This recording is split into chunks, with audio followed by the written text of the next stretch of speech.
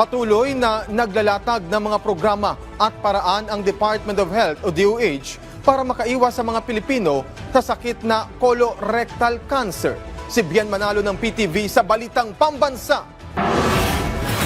Mahigpit ang paalala ng Department of Health sa publiko para makaiwas sa colorectal cancer. Ayon sa Health Department, colorectal cancer ang pangatlong cancer na tumatama sa mga Pilipino. Ito rin ang pang-apat na dahilan ng pagkasawi ng mga Pinoy. Dagdag pa ng DOH, isa sa 1,800 Pilipino ang maaring tamaan nito kada taon, lalo na ang mga edad 50 taong gulang pataas. Bukod sa namamana, nakukuha rin ng sakit sa unhealthy lifestyle tulad ng pagkain ng matataba at processed food.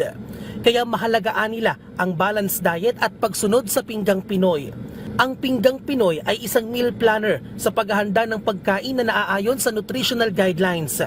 Kabilang sa mga risk factors sa pagkakaroon ng colon cancer ang paninigarilyo, obesity at alaka. Kaya importante na ugaliing sumunod sa mga paalala para makaiwas sa naturang sakit.